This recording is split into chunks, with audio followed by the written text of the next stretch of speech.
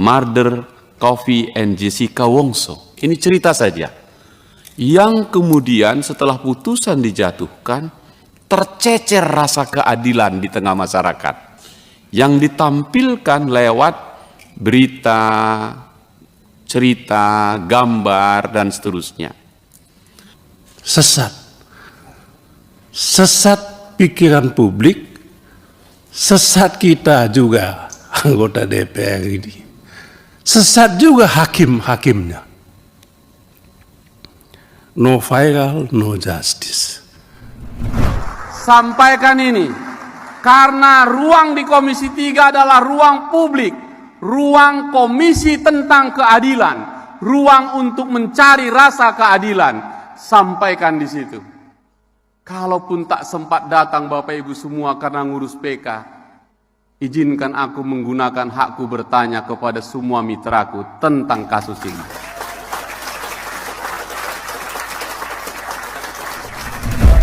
Kalimat 1 tahun terakhir yang sangat kencang adalah no viral, no justice itu. Yang biasanya sampai di tangan polisi saja. Tapi hari-hari ini telah mengubah cara pikir masyarakat Indonesia, terutama setelah media besar, dalam artian semua orang menjadi netizen dan semua orang menjadi sutradara. Jadilah misalnya film yang kemarin Ice Cold yang diproduksi oleh Netflix, disutradarai oleh seorang tertentu dan bicara tentang murder Coffee and Jessica Wongso. Ini cerita saja. Yang kemudian setelah putusan dijatuhkan, tercecer rasa keadilan di tengah masyarakat. Yang ditampilkan lewat berita, cerita, gambar, dan seterusnya. Dan itu jumlahnya besar sekali. Besar sekali. Dan bisa jutaan. Misalnya film itu ditonton hanya dalam tempo sebulan, sudah ditonton selama 3 juta jam. Dan besar sekali. Nah, kita sudah bicara tentang pidana mati yang sudah Anggota DPR ini. Sesat juga hakim-hakimnya. No viral, no justice. Tapi juga tidak hanya no money, no justice. Yang terhormat Pak Arsul yang akan dilantik dalam waktu segera menjadi hakim Mahkamah Konstitusi. Tidak hanya no viral, no justice, tetapi no power juga, no justice. Bapak boleh punya uang banyak, Bapak boleh punya media-media sosial hantu belaulah, media akun-akun buzzer ini kan. Tapi kalau tidak ada kekuasaan, tidak ada itu keadilan. Maka no justice, no power, no justice. Tidak ada kuasa, tidak ada keadilan itu. Keadilan akan datang apabila ketiganya ada di satu tangan, di satu genggaman. Money, viral, dan power tadi ada di satu tangan. Itulah. Apakah kemudian ada bukti yang menunjukkan bahwa terjadi pembunuhan yang dilakukan secara langsung oleh Jessica Wongso? Jawabannya tidak ada.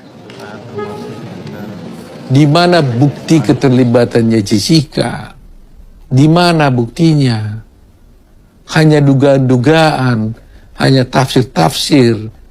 Ada ahli yang coba memberikan label bahwa terdakwa ini memang orang jahat, memang kriminal sejati. Dengan cara apa?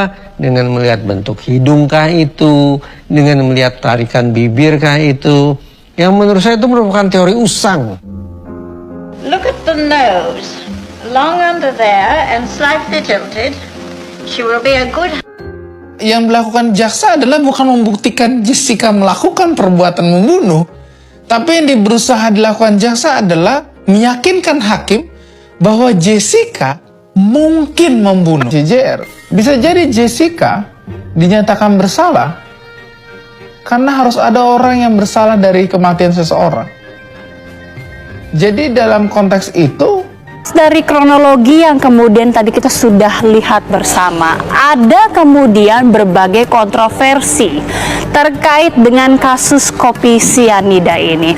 Banyak yang kemudian kembali mempertanyakan, bahkan berspekulasi, benarkah memang Jessica Kumala Wongso ini adalah pembunuh sebenarnya dari Mirna? Kita lihat bersama bagaimana kontroversi dari kasus ini.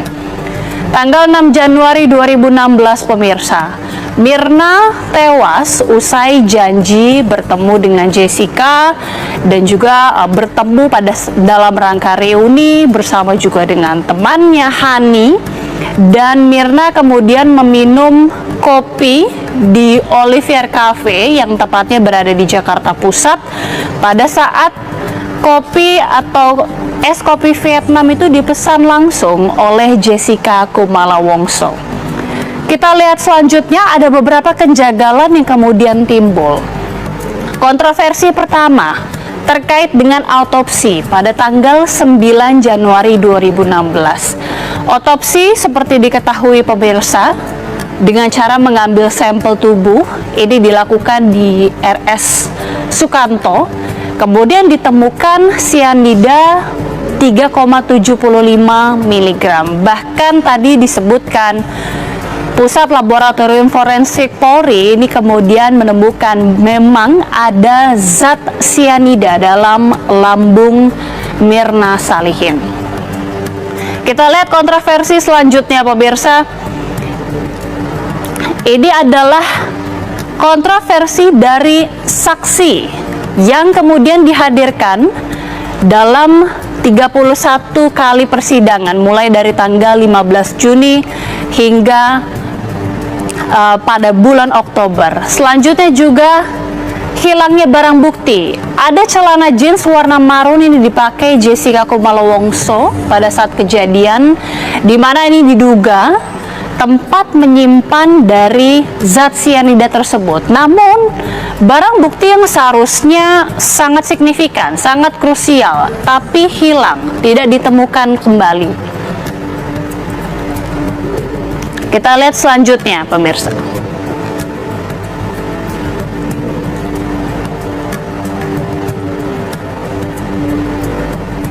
Selanjutnya, tidak dihadirkannya saksi kunci. Selain daripada saksi yang tidak melihat langsung Jessica betul-betul memasukkan sianida ke kopi es Vietnam, saksi selanjutnya Sri Nurhayati yang disebut ini menjadi saksi kunci ini juga disebut tidak hadir di dalam persidangan, di mana saksi kunci ini hilangnya barang bukti yang juga menjelaskan adanya celana yang dipakai oleh Jessica Kumala Wongso.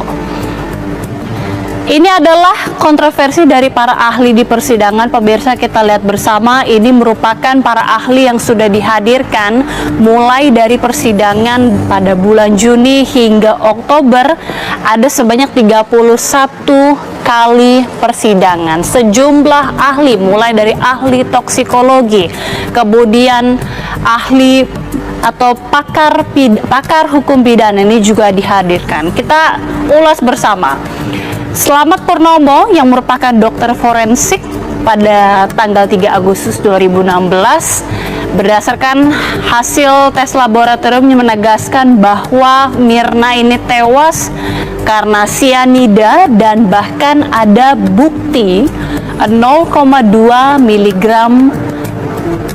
sianida di dalam lambungnya. Ini adalah keterangan langsung saksi ahli, tepatnya merupakan dokter forensik pada tanggal 3 Agustus 2016.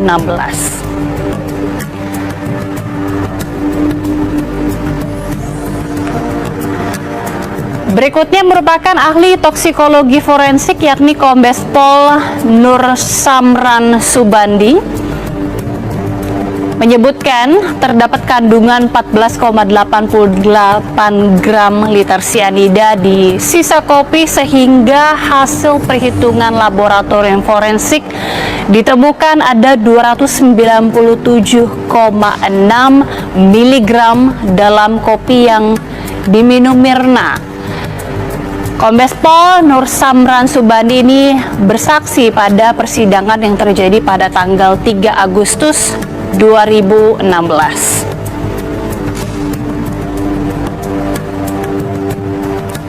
Dan berikutnya pemirsa, patologi forensik dari Australia, Profesor Beng Beng Ong dalam kesaksiannya menyebutkan, ahli mengatakan kematian Mirna ini bukan karena sianida, karena 70 menit usai meninggal pemirsa ini tidak ditemukan sianida. Sementara itu 0,2 mg usai beberapa hari tewas, kemungkinan ini dihasilkan dari pasca kematian. Di pernyataan yang kemudian kita ingat bersama pada 7 tahun yang lalu begitu kontroversial. Selanjutnya ada Dr. Jaya Surya Armaja, dokter patologi forensik, 7 September 2016, menyebutkan ciri-ciri fisik jika seorang kena sianida dan keracunan maka bibirnya seharusnya berwarna merah. Tapi faktanya bibir Mirna ini justru berwarna kebiru-biruan. Ini ahli mengatakan berdasarkan tentunya pengamatan dan keahliannya. Berikutnya juga pemirsa, ahli toksikologi forensik Dr. Budiawan yang juga sama senada meragukan kematian Mirna karena 0,2 mg sianida, bahkan menilai metode penelitian Kombes Nur Saman ini tidak independen dan juga tidak subjektif. Ini pernyataan pada tanggal 14 September 2016. Melalui sambungan telepon, Sri kerap berkisah, keluarga Jessica merupakan keluarga yang baik. Mbak Sri menggambarkan keluarganya Jessica gimana, keluarga yang baik atau?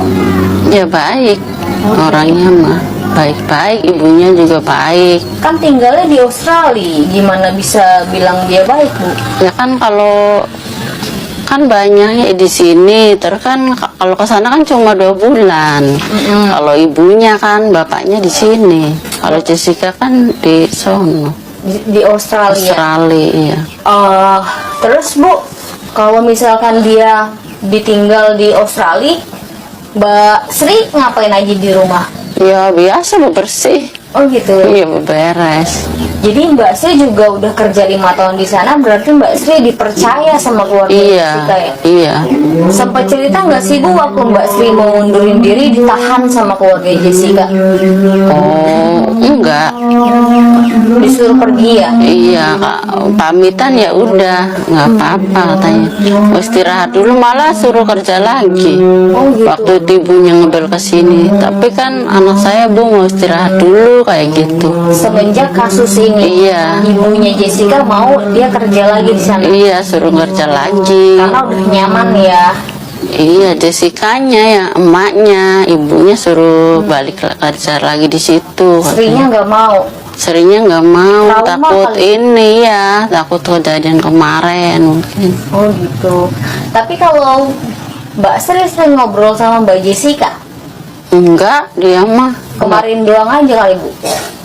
ya waktu kalau HP-nya juga dia nomornya nggak tahu, dia nomornya ya Jessica nggak nggak tahu. pernah tahu ya. Nah, Kalau masalah Jessica itu nggak tahu. kalau selama 5 tahun Mbak Sri kerja di rumah Jessica, dia berapa kali ketemu sama Mbak Jessica? Nggak tahu. Kayaknya nggak tahu sih berapa kali, Jarang namanya banget. jarang pulang dia mah. Waktu kakaknya nikah tuh pernah. Kakaknya Jessica. Iya, yang laki-laki. Kalau pas telepon, Mbak Sri pernah bilang yakin nggak kalau bukan Mbak Jessica yang ngeracunin Mbak Mirna? Kalau itu baik misalnya. oh, anak saya juga kurang tahu sih masalah itu mah ya. Namanya dia juga nggak di apa, kurang tahu, nggak tahu lah masalah racun-racun mah. Iya, namanya kurang. Kalau saya ini juga nggak tahu saya juga. Tapi nggak yakin juga ya. Iya, Mbak Sri nggak juga tahu. nggak yakin siapa yang membunuh. Iya, nggak tahu, nggak yakin, ya nggak tahu. Tim advokat Aliansi untuk Jessica Wongso kemarin akhirnya benar-benar mendatangi Badan Pengawas Mahkamah Agung untuk melaporkan Hakim BG. Tidak hanya melaporkan, mereka juga meminta supaya Hakim BG dipecat dari jabatannya. Saat disinggung mengenai alasan melaporkan Hakim BG, mereka menganggap tindakan Hakim BG telah melanggar kode etik lantaran membahas kasus yang ditanganinya di salah satu acara TV. Lantas, pasal dan poin-poin apa saja yang menjadi perhatian tim advokat Aliansi untuk Jessica Wongso? Kami melaporkan salah satu hakim yang pada waktu itu memeriksa perkara Jessica. Kami anggap bahwa hakim tersebut telah melakukan pelanggaran terhadap kode etik atas perbuatan dia pada waktu itu diwawancari oleh Rosi di Kompas TV. Nah, ini kami anggap bahwa seharusnya dia sebagai hakim tidak boleh berkomentar tentang perkaranya sendiri. Oleh karena itu, secara resmi hari ini di samping kami melaporkan persoalan tersebut di Komisi Yudisial, kami juga melaporkan ke Badan Pengawas Mahkamah Agung hari ini. Tapi intinya bahwa ini hakim harus diambil tindakan. Saya anggap bahwa ini sudah keterlaluan nih hakim. Ya. Mungkin dalam perkara lain dia lolos, tapi untuk perkara Jessica dia tidak akan bisa lolos. Konsekuensinya bisa dia dipecat, kena diskorsing, bisa. Kena ada ketentuan-ketentuannya, bisa dia kena diskorsing atau dia kena demosi. Bisa jadi dia hakim non palu, kan begitu. Karena selama ini dia juga sekarang di hakim tinggi kan, dia berusaha untuk jadi hakim agung. Dengan kasus-kasus ini dia terjegal, kesulitan dia. Kenapa? Etika dia sudah nggak benar. Dia mengomentari putusannya sendiri, itu yang nggak boleh. Keberpihakannya ini kan terlalu kelihatan. Wajar kalau kami itu merasa curiga dia sudah berpihak. Ini melanggar kode etik hakim sebagaimana diatur di dalam perjanjian bersama antara Mahkamah Agung dengan Komisi Yudisial. Dengan yang sudah kami laporkan ke KY dan juga ke Bawas ini, segeralah KY bertindak untuk menindak hakim ini dan juga segera jugalah Bawas bertindak terhadap hakim ini. Karena apa? Sangat banyak masyarakat yang dirugikan oleh kelakuan-kelakuan hakim yang tidak benar. Salah satu adalah ini. Kami hanya menuntut suatu keadilan buat Jessica. Ibu Dame. Ibu Dame, Ya. juga tim kuasa hukum dari Jessica Wongso. Seperti apa, Bu, surat keberatan yang diajukan ke PN Jakarta Pusat? Oh iya. Ini kan kami kemarin sudah mengirim surat ke kepada Ketua Pengadilan Jakarta Pusat. Kita melihat di dalam persidangan ini salah seorang anggota Majelis Hakim, Bapak Binsar Gultom, kita menduga ada pelanggaran kode etik yang dia lakukan. Sehingga kalau ini tetap dipertahankan, kita khawatir persidangan ini menjadi tidak fair. Karena ada banyak kekeliruan ataupun kesalahan atau pelanggaran kode etik. Karena salah satu dia katakan, sewaktu memeriksa konfrontir 17 saksi itu, kan semua tidak ada yang melihat. Ada yang memasukkan, baik itu sedotan ataupun barang sesuatu apapun. Tapi kan Hakim Binsar pada waktu itu mengatakan bahwa dia pernah menghukum orang yang tanpa saksi pun bisa hukum. Yaitulah perkara yang di Bogor, Jasinga. Terus dia katakan dan itu dihukum seumur hidup, diterima. Ini kan menakut-nakutin. Kalau tanpa saksi bisa dihukum, untuk apa diperiksa lagi saksi? Nah, ini salah satu. Baru kemudian dia juga ada mengatakan bahwa sewaktu ada konfrontir, kita katakan tolong itu dicocokkan dengan apa yang ada di CCTV. Dia langsung mengatakan inilah yang benar. Ini. Padahal secara di kode etik hakim itu tidak bisa mengatakan seperti itu. Dan ada banyak. Itu bisa kita lihat semua di YouTube. Itu terbuka karena itu diucapkan dalam persidangan. Sudah ada tanggapan dari Pengadilan Negeri Jakarta Pusat, Bu? Karena hari ini kan kita sidang, jadi kita belum ada menerima tanggapan karena memang baru kemarin itu kita masukkan surat tersebut. Kita kirim itu ke Ketua Pengadilan, termasuk juga ke Mahkamah Agung, termasuk juga ke Komisi Yudisial supaya memantau persidangan ini.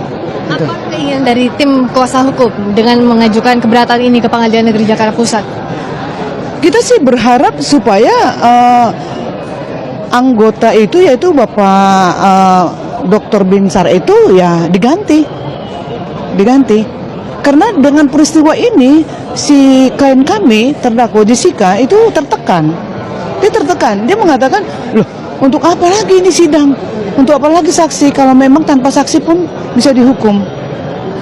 Nah itu. Sudah 12 sidang saat ini berlanjut, tengah-tengah diganti hakimnya, dengan alasan itu kuasa hukum yakin bisa dilakukan. Ya itulah harapan kita. Harapan kita seperti itu, makanya kita buat surat. Ya mudah-mudahan ini baik Ketua Pengadilan Negeri maupun kepada siapa aja yang kita kirim surat, termasuk Mahkamah Agung, ya memperhatikan surat kami ini. Kita akan tunggu nanti apa tanggapan dari Pengadilan Negeri Jakarta Pusat, juga nanti saksi yang masih akan dihadirkan di persidangan, keterangan ahli. Nantinya terima kasih. Memang untuk Jessica, tapi tidak untuk semata-mata Jessica saja, ya kan? Tapi kasus Jessica ini telah kita ambil sebagai momentum perjuangan untuk menegakkan hukum dan keadilan di Republik ini. Buktinya coba lihat, kita dalam acara apapun susah sekali ngumpulin orang, tapi hari ini kita 1.500 orang berkumpul di sini hanya ingin mengetahui dan memberikan dukungan terhadap kasus Jessica ini.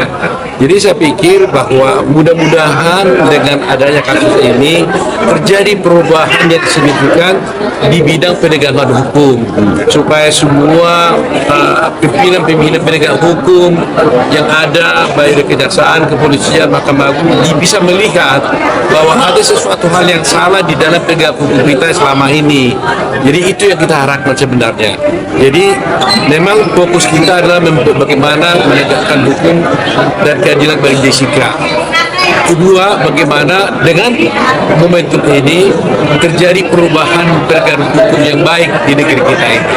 Itu yang utamanya. Nah, PK itu pasti akan kita lakukan. Tapi sebelum PK tentunya kan kita harus adanya proses dulu. Beberapa hal yang diharapkan nanti dari upaya hukum yang kita lakukan ini, kita dapatkan novum bukti-bukti yang bisa memperkuat PK tersebut. Ya, itu poinnya. Sudah kita persiapkan, mungkin minggu depan, tidak terlalu lama lagi, kita sudah akan mulai ini. Ya, mudah-mudahan dapat dukungan dari teman-teman wartawan semua ya. Misalnya film yang kemarin Ice Cold yang diproduksi oleh Netflix, disutradarai oleh seorang tertentu dan bicara tentang Murder Coffee and Jessica Wongso. Ini cerita saja. Yang kemudian setelah putusan dijatuhkan, tercecer rasa keadilan di tengah masyarakat. Yang ditampilkan lewat berita, cerita, gambar, dan seterusnya. Pertanyaan saya adalah, dan itu jumlahnya besar sekali. Dan bisa jutaan. Misalnya film itu ditonton hanya dalam tempo sebulan, sudah ditonton selama 3 juta jam. Dan besar sekali. Yang Bapak hadapi saat ini adalah keadilan itu tidak berjalan di atas ruangan yang hampa. Keadilan itu ditentukan oleh uang. Maka orang bilang no money, no justice. Kan gitu. Ditentukan oleh uang, maka disebut no money, no justice. Keadaan yang kedua, keadilan juga ditentukan oleh tekanan publik yang tadi disampaikan oleh yang terhormat Saudara Hinca Panjaitan. Keadilan kita ditentukan oleh publik. Semakin kuat tekanan publik, semakin tinggi keadilan itu akan diberikan oleh hakim. Itulah kasus Jessica. Peradilan sesat. Maka no viral, no justice. Kasus Jessica kita semua ketipu kan Pak Anza. Sesat. Sesat pikiran publik, sesat kita juga anggota DPR ini. Sesat juga hakim-hakimnya. No viral, no justice. Tapi juga tidak hanya no money, no justice. Yang terhormat Pak Arsul yang akan dilantik dalam waktu segera menjadi hakim Mahkamah Konstitusi. Tidak hanya no viral, no justice. Tetapi no power juga, no justice. Bapak boleh punya uang banyak. Bapak boleh punya media-media sosial hantu belaulah, media akun-akun bursa ini kan. Tapi kalau tidak ada kekuasaan, tidak ada itu keadilan. Maka no justice, no power, no justice. Tidak ada kuasa, tidak ada keadilan itu. Keadilan akan datang apabila ketiganya ada di satu tangan, di satu genggaman. Money, viral, dan power tadi ada di satu tangan. Itulah keadilan.